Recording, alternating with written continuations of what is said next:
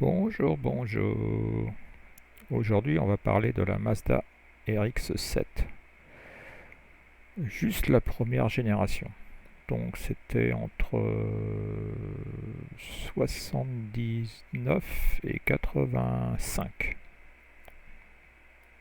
Alors là, c'est une brochure. Je pense que la brochure, elle vient du début, donc de 79 ou 80, parce que c'est la première version. Alors bon, là, on a une vue, la vue du devant. Bon, phare escamotable qui marchait. J'en avais une RX-7 de première génération, une de 82. Et je m'en rappelle pas mal. Elle était dorée. Phare escamotable qui marchait super bien. Un pare-choc pas tellement grand. Un pare-choc discret. Bon, moteur, bien sûr, c'est le moteur Wankel, rotatif. Le, Au début, c'était le 12A, donc 1 litre 2. Et en 85, ils ont changé, ils ont mis ce qu'on appelle le 13B, donc 1 litre 3, et qui était avec injection électronique, parce qu'avant c'était carburateur. Alors, on va passer à la prochaine. Euh, Attendez, là, il y a quelque chose qui cloche. Attendez, qu'est-ce qui se passe? J'arrive pas. Ah, voilà. Bon, ça c'est une vue. En fait, c'est ça et ça aurait dû être une seule image. Bon, pas grave. Ouais, ça c'est les roues. Donc ces roues-là, elles ont changé. Parce que moi, j'avais pas ces roues-là. Donc ça a dû changer en 82 par là. Parce que la mienne était de 82 et j'avais pas ces roues-là. Donc là, on voit bien que le pare-choc, il a la même couleur que la caisse. Ça a changé, je crois, après. Ok. Donc, ça, c'est la vue de l'arrière. Ok, donc ça, c'est la lunette arrière. Ouais. Donc, c'est une configuration 2+2. Donc, 2 places à l'avant et une banquette à l'arrière. Enfin, c'est pas vraiment une banquette même. Hein. C'est pas, faut pas être trop grand pour aller derrière. Hein. Donc, les enfants, ça va. Mais il n'y a pas beaucoup de place. Alors ensuite, cette vue-là, attendez. Ouais, ça n'apporte pas grand-chose. Donc, on va passer à la prochaine.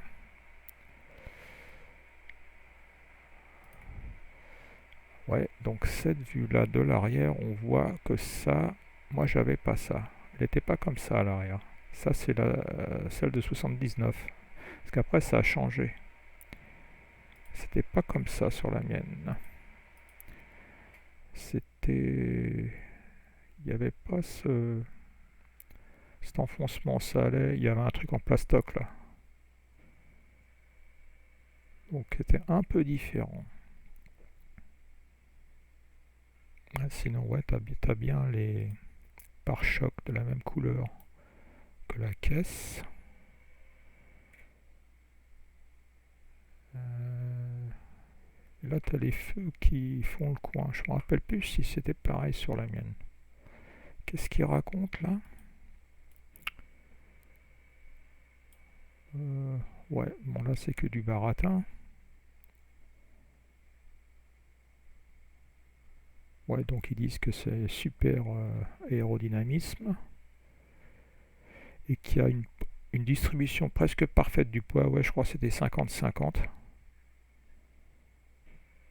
Parce qu'ils ont placé le moteur, oui c'est ça, juste derrière le train avant. Ça c'était pas mal, point de vue tenue de route. Allez, on passe à la prochaine. Ouais, ça, ouais, d'accord. Donc les phares escamotables. Ouais, très belle voiture. Très belle voiture. Ensuite, ouais, on va agrandir ça quand même. On y voit quelque chose. Bon, Rien de spécial, rien de spécial. Là on voit bien la lunette arrière ouverte. Avec un truc de dégivrage. Donc ça, c'est ouais, cet enfoncement, c'est juste pour l'année, pour les celles de 79. Après, ça a changé. Ouais, et qu'est-ce qu'il raconte là? Attends, il y avait du baratin là. Ouais. Donc, projecteur halogène. Un coefficient d'aérodynamisme de 0,36, qui était pas mal à l'époque. Oui, donc ils disent bien que les pare-chocs sont la même couleur que la caisse.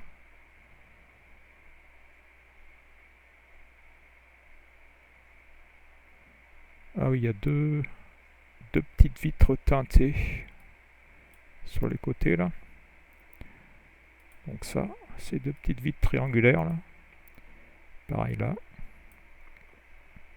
Qu'est-ce qu'il raconte d'autre? Ouais, donc là, tu as un système genre amortisseur.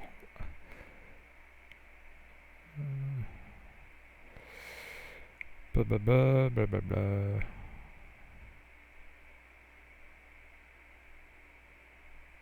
Ouais. Ouais, c'est sûr qu'il y avait une bonne visibilité à l'arrière. Avec la lunette arrière et les deux fenêtres triangulaires, là, c'était pas mal. Au niveau visibilité. Allez, on continue. Bon, le tableau de bord. Bon, là, c'est ouais, conduite à droite. Ouais, j'avais ce volant, moi. Pareil, 4 branches. Attends, on va quand même regarder. Bon, le contour zone rouge à 7000. Bon, bah ça, c'est le moteur rotatif. Ça peut tourner très très vite. Moi, ce que j'avais trouvé au niveau du moteur rotatif, c'était qu'il n'y avait pas tellement de couple. Ça allait vite, mais au niveau couple, c'était pas ça à bas régime. Le couple à bas régime, c'était pas ça. Ouais. Ouais. Ouais, je me rappelle de la. Ouais, ça. Mon autoradio, il n'était pas comme ça par contre. Pas du tout. Donc ça a changé. Ok. Alors les sièges. Ah oui. Ouais. Là. Les sièges. Ah oui. Du sky et un espèce de velours. Ça, c'était pas terrible. Ouais, les garnitures de porte, c'était tout en sky. C'était pas brillant. Ouais, donc ça, c'est les places arrière. C'est quand même juste. Et donc, ouais, ça s'abatte. Ça peut s'abattre. Tu te retrouves avec un peu plus de place dans le coffre. Qu'est-ce qu'il raconte là? Ouais, des sièges baquets. Ouais. Ouais, donc ils disent que les sièges arrière ils se plient. Ouais. Un voltmètre. Waouh. Le tac. Ah oui, le contour il indiquait la charge de la batterie. Par contre ça me dit rien ça.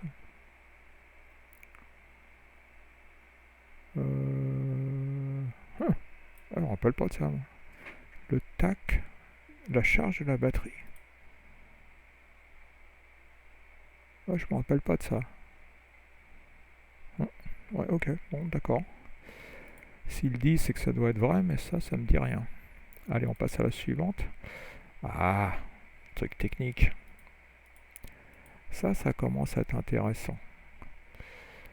Je sais pas si... Oh merde. On va pas aller trop. C'est pas... La résolution est pas terrible de cette image. Dommage.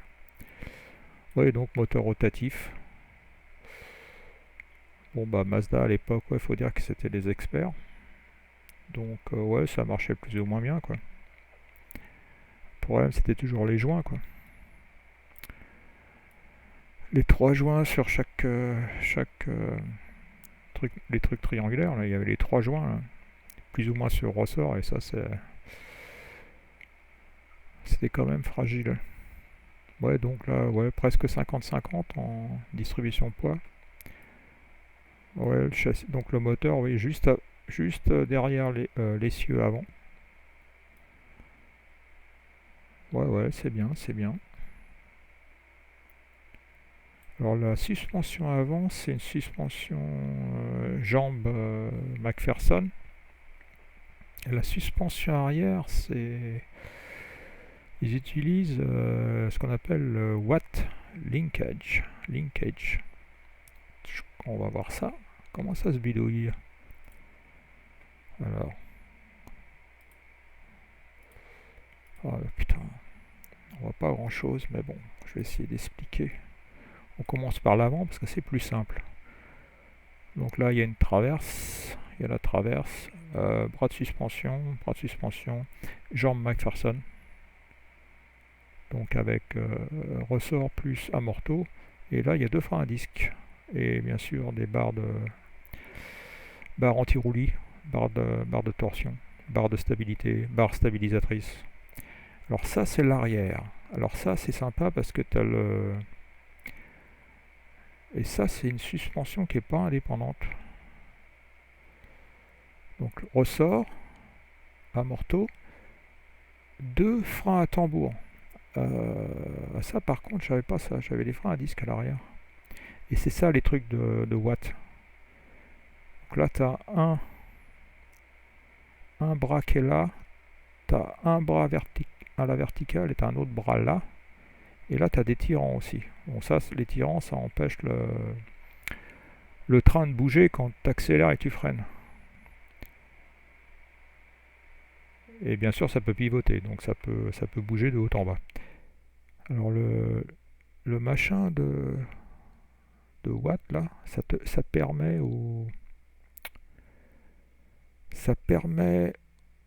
en fait donc au différentiel de bouger seulement à la verticale. Donc c'est une question de stabilité transversale. Mais bon, c'est marrant quand même que ce soit pas une suspension indépendante. Mais bon. Ouais, c'est bizarre. Et tu as aussi une barre stabilisatrice qui est là. Ouais, ouais, marrant.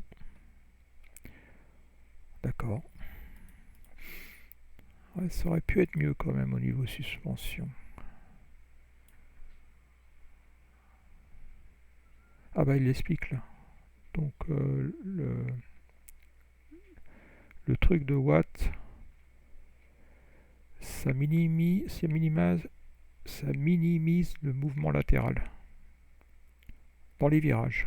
D'accord. Donc, ouais, ça veut dire que en fait, lui là, il peut seulement bouger comme ça. Donc c'est une stabilité latérale. Ouais, bah c'est bien. Alors là, il parle du roulis. Bon, ils disent qu'il y a très peu de roulis. Ouais, donc c'est à cause du centre de gravité qui est bas et les barres stabilisatrices à l'avant et à l'arrière. Alors là, ils disent quoi? Là, ils disent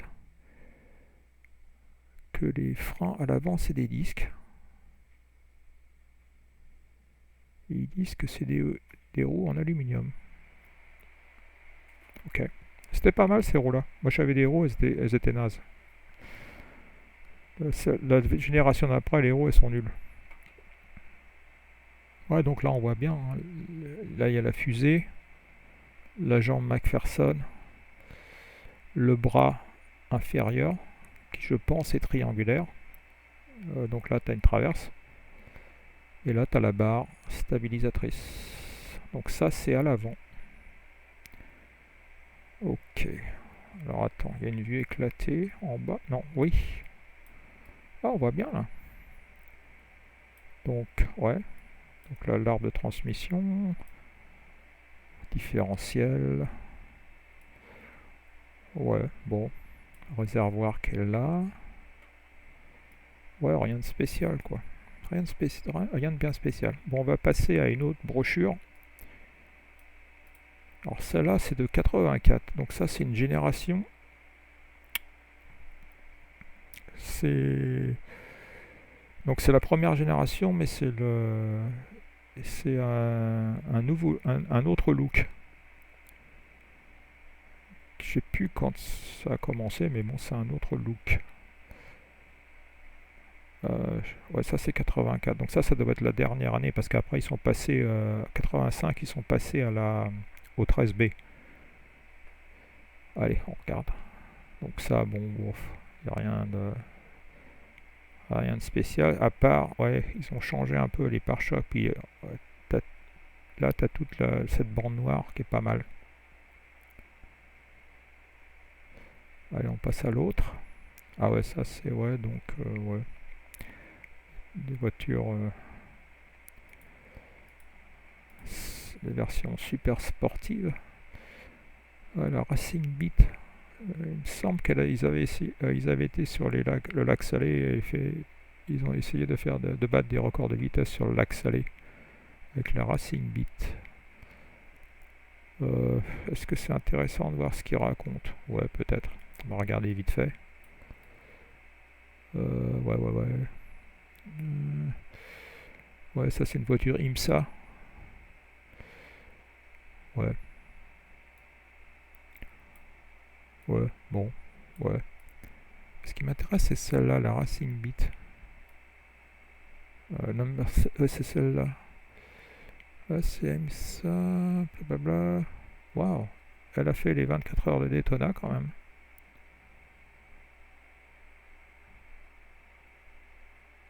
Ouais, elle a même gagné les 24 heures de Daytona. Ah, ok. Elle était classe celle-là, la Racing Beat. Et qu'est-ce qu'il raconte sur celle-là là euh...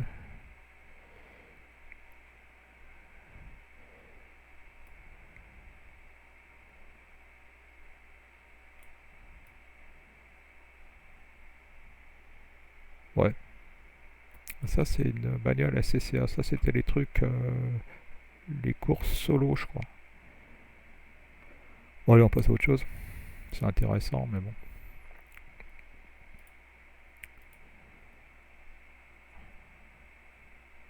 Ouais, j'aime pas trop la couleur mais bon. Qu'est-ce qu'il raconte? Ouais, coefficient 0.34, donc ça a été en fait amélioré. Donc parfaite distribution de poids. Boîte sans vitesse, oui. Consommation 29 000 par gallon sur autoroute. Sinon en ville c'est 19, ouais. Ok, donc ça. Ah oui, c'est ça les roues. C'est ça les roues que j'avais sur ma 82. Horrible. Horrible. Vraiment pas terrible. Ah ouais, là on les voit encore bien, là, les roues. Horrible. Alors là, une boîte automatique, quel sacrilège. Attends, on va regarder ce qu'il raconte. Qu'est-ce qu'il raconte?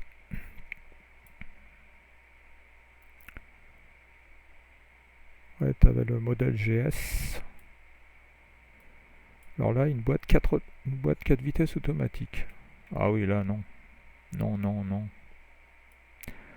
Vraiment aucun intérêt, ça. Quel sacrilège. GS Sport. Ah oui, t'avais ouais, un toit ouvrant. J'avais ça aussi, moi. Donc je devais avoir la GS, moi. Ouais, j'avais ça, ouais. Ouais, je m'en rappelle de ce toit. En fait, il s'ouvrait que comme ça, légèrement.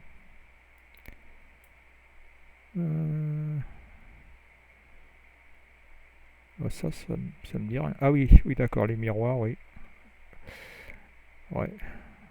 Les miroirs, ils étaient contrôlés électroniquement, à distance. ils disent que quand tu ouvres la porte, ça s'allume. Pour que tu puisses voir ce qui se passe. Donc la nuit, tu la soulèves et boum, ça s'allume. Comme ça, tu vois le trou. Ah, c'est génial ça. Ah là là, quel argument de vente. Allez, on passe à autre chose. Ah oui, ça devient intéressant. Alors, qu'est-ce que ça raconte là?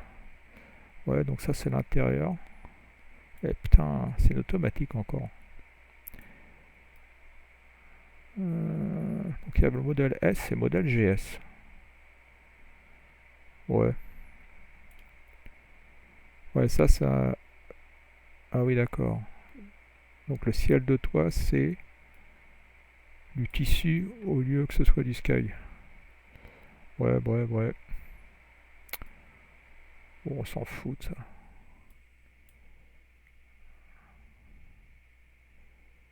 Ouais. Mais moi, je sais plus si j'avais ce volant-là. Je crois pas. Je crois que j'avais le 4 branches. Ouais.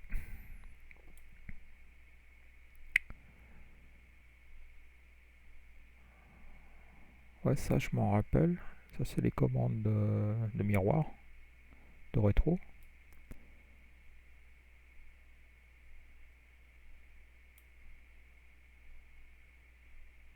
Ouais, ça, je m'en rappelle plus, ça. Ah ouais, ça, c'était les trucs. Juste devant la banquette arrière, t'avais des machins pour mettre tout plein de trucs. Ça, c'était pas mal, ça, comme système.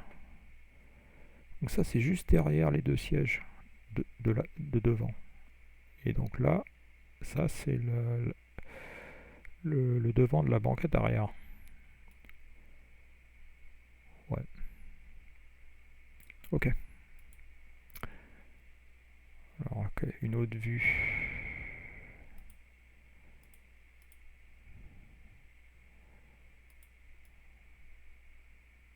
GSL. Qu'est-ce qu'elle avait la GSL?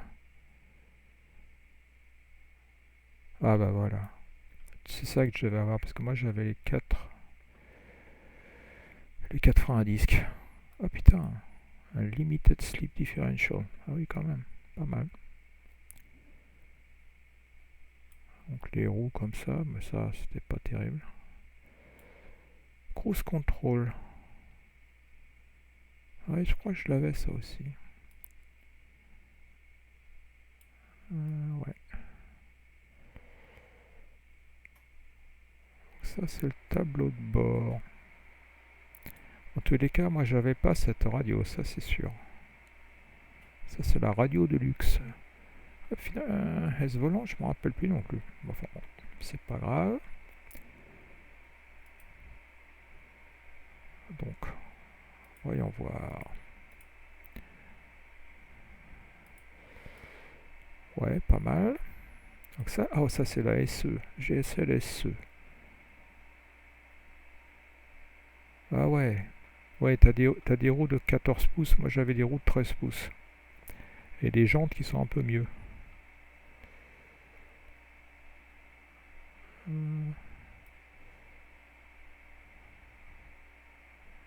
Ah ouais, d'accord. La GSL SE, elle avait donc... Ah oui, je me rappelle de ça.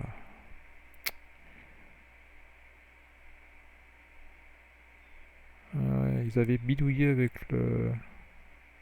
les arrivées d'air. Les arrivées d'air et d'essence. Ouais, ouais, ouais. Et c'était à injection. Ouais, parce que moi j'avais un carbu. Ouais. Et je sais plus, est-ce que c'est le moteur 12A ça ou c'est le 13B sur la GSL SE en 84? Je sais pas trop. Peut-être, peut-être.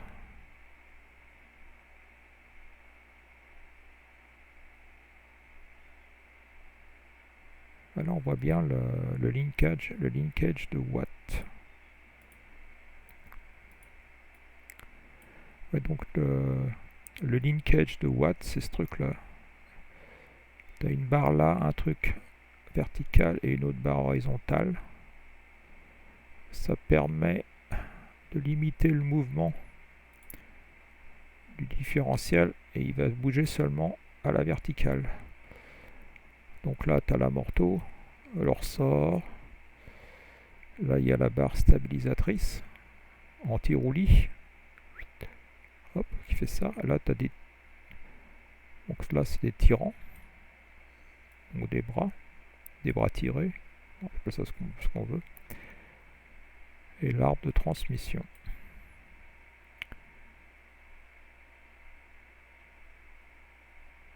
Ouais, c'est pas mal.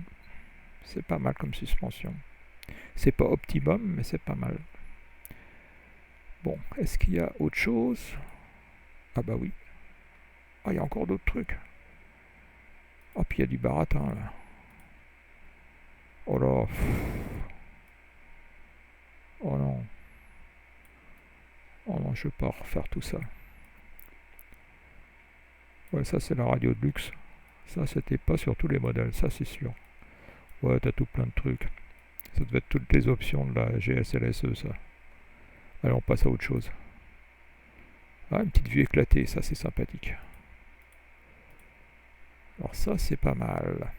Allez, on va regarder ça de plus près. Ok. Alors, là, il parle de 1. Donc ça c'est le coffre.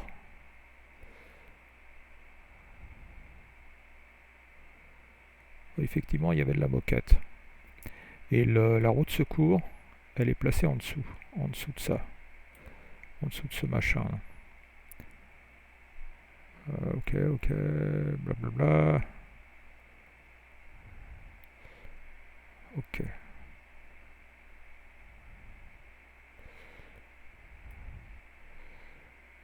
Oui, donc ça c'est le train arrière avec...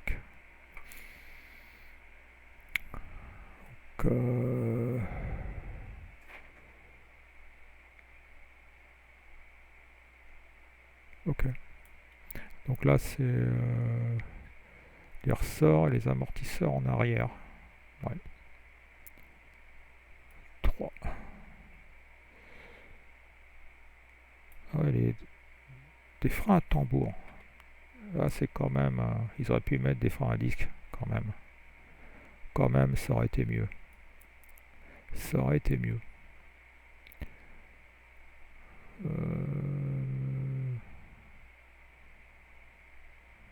Ouais. 7, qu'est-ce qu'ils disent sur le moteur? Ouais. 2 rotors. Ouais. 8. Ouais, donc ça c'est les freins à disque à l'avant. Ouais. 9. Suspension indépendante à l'avant. Et barre stabilisatrice. Ouais.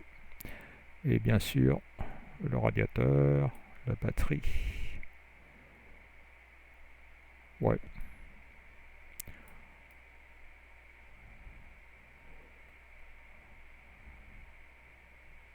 Qu'est-ce qu'il raconte là?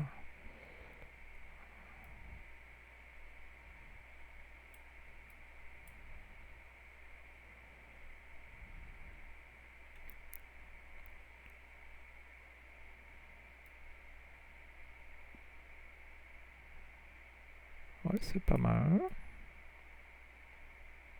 Ouais, c'est ça les boîtes là. On peut ranger les trucs. Il y en a une là, il y en a une là. Ça c'était pas mal ça. Donc il y avait un peu de place derrière pour mettre des choses. Et donc t'avais les sièges derrière. Pas beaucoup de place, mais il y avait les sièges. Enfin une banquette plutôt. Bon, bah voilà.